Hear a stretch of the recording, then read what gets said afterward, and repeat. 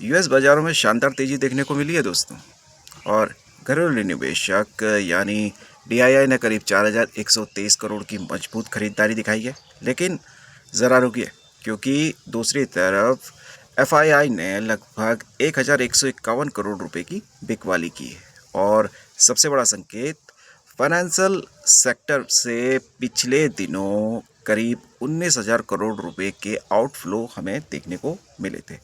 दोस्तों, एक्सपायरी वाले इस हफ्ते में डेटा एक दूसरे को सीधा चुनौती देता हुआ नजर आ रहा है। निफ्टी 50 ने 24,090 के ऊपर अपनी पकड़ बनाई है, लेकिन बैंक निफ्टी अभी भी आरबीआई के नए नियमों के दबाव में थोड़ा कमजोर नजर आ रहा है।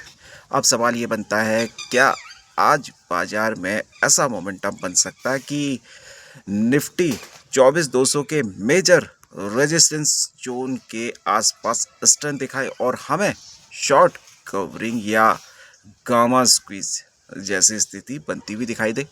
आज हम step by step Nifty, bank Nifty और सेंसेक्स तीनों का option chain data, PCR, support resistance और नो ट्रेडिंग जोन को आसान भाषा में समझेंगे। साथ ही जानेंगे आज का वो इम्पोर्टेंट इकोनॉमिक डाटा जिस पर मार्केट रिएक्शन देखने को मिल सकता है। तो वीडियो को बिना स्किप किए पूरा ज़रूर देखिए, क्योंकि हर लेवल आपके लिए इम्पोर्टेंट हो सकता है। नमस्कार दोस्तों, स्वागत है आपका आपके अपने चैनल निफ्टी 50 क्विक अपडेट पर। मैं हूं आपका ट्रेडिंग दोस्त संदीप नेगी। यहाँ हम मार्केट को आसान और प्रैक्टिकल तरीके से समझते हैं, ताकि ट्रेडर नया हो या प्रोफेशनल अपने डिसीजन को बेहतर बना सके। मैं अपने एनालिसिस के आधार पर इम्पोर्टेंट लेवल और मार्केट बिहेवियर को सरल भाषा में एक्सप्लेन करता हूँ। तो शुरू करने से पहले एक ज़रूरी बात, ये वीडियो केवल एजुकेशन पर्पस के लिए है। मैं सेबी रजिस्टर्ड एडवाइज़र नहीं हूँ। किसी भी इन्वेस्टमेंट या ट्रेडिंग डिसीजन से पहले अपनी रिसर्च जरूर करें। शेयर बाजार निवेश जोखिमों के अधीन होता है। प्रॉफिट की यहाँ कोई गारंटी नहीं होती है। तो चलिए शुरू करते हैं आज का प्री मार्केट एनालिसिस। सबसे पहले समझते हैं आज का डाटा क्या संकेत दे रहा है। एफआईआई ने कैश मार्केट में करीब 1151 करोड़ की सेलिंग एक्टिविटी दिखाई है। वहीं दूसरी तरफ यानी डीआईआई ने लगभग 4,123 करोड़ रुपए की बाइंग करके मार्केट को सपोर्ट देने की कोशिश की है। इसका मतलब ये निकलता है कि मार्केट में अभी भी जो पार्टिसिपेशन है, लेकिन जो पार्टिसिपेशन मार्केट में देखने को है। डायरेक्शन के लिए आप ये समझ सकते हैं कि अभी मार्केट में थग ऑफ वॉर जैसा माहौल चल रहा है। अब सेक्टर लेवल पर सबसे बड़ा ऑब्जर्वेशन फाइनेंशियल सर्विस सेक्टर में देखने को मिला है, जहां पिछले दिनों 15 दिनों में करीब 19,000 करोड़ रुपए का आउटफ्लो देखने को मिला है।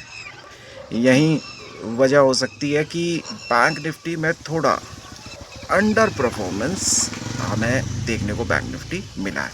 एक पॉजिटिव संकेत यहाँ है कि इंडिया विक्स करीब 6.7% गिरकर अब 18.38 के आसपास आ गया है।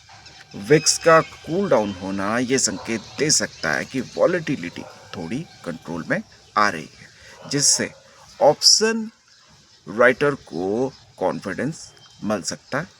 अब नज़र डालते हैं ग्लोबल मार्केट पर। यूएस मार्केट में कल रिकवरी देखने को मिली है, जहां डाउ जोन्स करीब 180 पॉइंट ऊपर बंद हुआ है। टेक स्टॉक में भी बाइंग इंटरेस्ट देखने को मिला है। इसका असर इंडियन एडीआरएस पर भी देखने को मिला है। खासकर एचडीएफसी बैंक और आईसीआईसीआई बैंक में पॉजिटिव संकेत दिखाई दिए।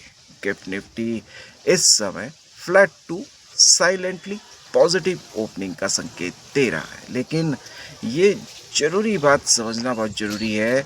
अगर मार्केट गैप अप ओपन होता है तो तुरंत एंट्री लेने के बजाय शुरुआती 15 से 30 मिनट तक प्राइस एक्शन ऑब्जर्व करना ज़्यादा सेफ अप्रोच माना जाता है, क्योंकि उस समय लिक्विडिटी स्वीप या फॉल्स मूव भी देखने को मिल सकते हैं।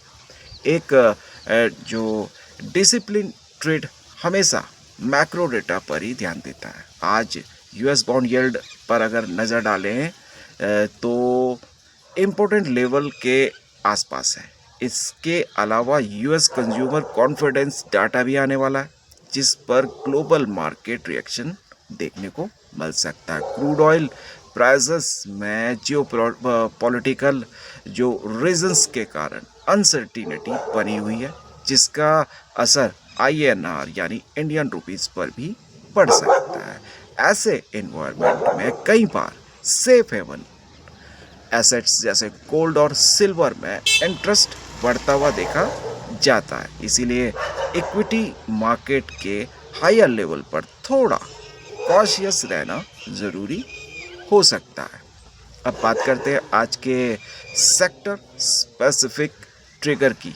फार्मा सेक्टर में सन फार्मा की जो ऑर्गेनॉन के साथ बड़ी डील की खबर के कारण इस सेक्टर में एक्टिविटी देखने को मिल सकती है। बैंकिंग सेक्टर में आरबीआई के नए ईसीएल फ्रेमवर्क से सेंटीमेंट पर असर बना हुआ है, जिससे वॉलेटिलिटी बनी रह सकती है। एफएनओ लिस्ट में आने वाले स्टॉक आज सेल, वोडाफोन, आइडिया जैसे स्टॉक बैन में है। जनरली इसलिए स्टॉक में लिक्विडिटी कम हो जाती है, इसीलिए ऐसे स्टॉक में ट्रेडिंग करना कई ट्रेडर अवॉइड करना प्रेफर करते हैं। निफ्टी 50 सेटअप पीसीआर लगभग 0.97 के आसपास है, जो बैलेंस सेंटिमेंट दिखाता है। 24,000 के आसपास स्ट्रॉन्ग सपोर्ट देखा जा रहा है, जहां हैवी पुट राइटिंग मौजूद है। 24,200 से 24,300 का जोन रेजिस्टेंस के रूप में काम कर सकता है। अगर प्राइस इस जोन के ऊपर स्टेबिलिटी दिखाता है तो आगे मोमेंटम बिल्ड होने की संभावना बन सकती है। निफ्टी के चार्ट में रिलायंस का कल का योगदान बहुत बड़ा था। 2.86% रिलायंस की स्ट्रेंथ निफ्टी को ऊपर की तरफ होल्ड कर सकती है।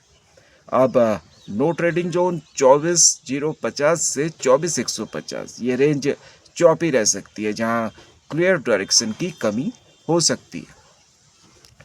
बैंक निफ्टी पीसीआर लगभग 0.88 है, जो थोड़ा कॉशियस सेंटीमेंट दिखाता है। 56,000 एक इम्पोर्टेंट सपोर्ट बना हुआ है।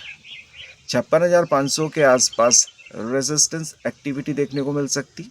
नो ट्रेडिंग जोन 56,200 से 56,400 इस रेंज में प्रीमियम डिके तेज हो सकता है और फॉल्स सिग्नल देखने को मिल सकते हैं। सेंसेक्स की बात करें, पीसीआर लगभग 1.10 है, जो कंपैरेटिवली मेरी थोड़ी बोलने में ज़रा प्रॉब्लम है, बुलिश बियस दिखाता है। 77,000 सपोर्ट के रूप में काम कर सकता है और 77,500 इमीडिएट रेजिस्टेंस के रूप में देखा जा सकता है। नो ट्रेडिंग जोन 77,200 से 77,400 रह सकता है। ये रेंज साइडवेज मोमेंटम दिखा सकती है। आज का overall market structure positive Beas के साथ कॉशियस दिखाई देता है।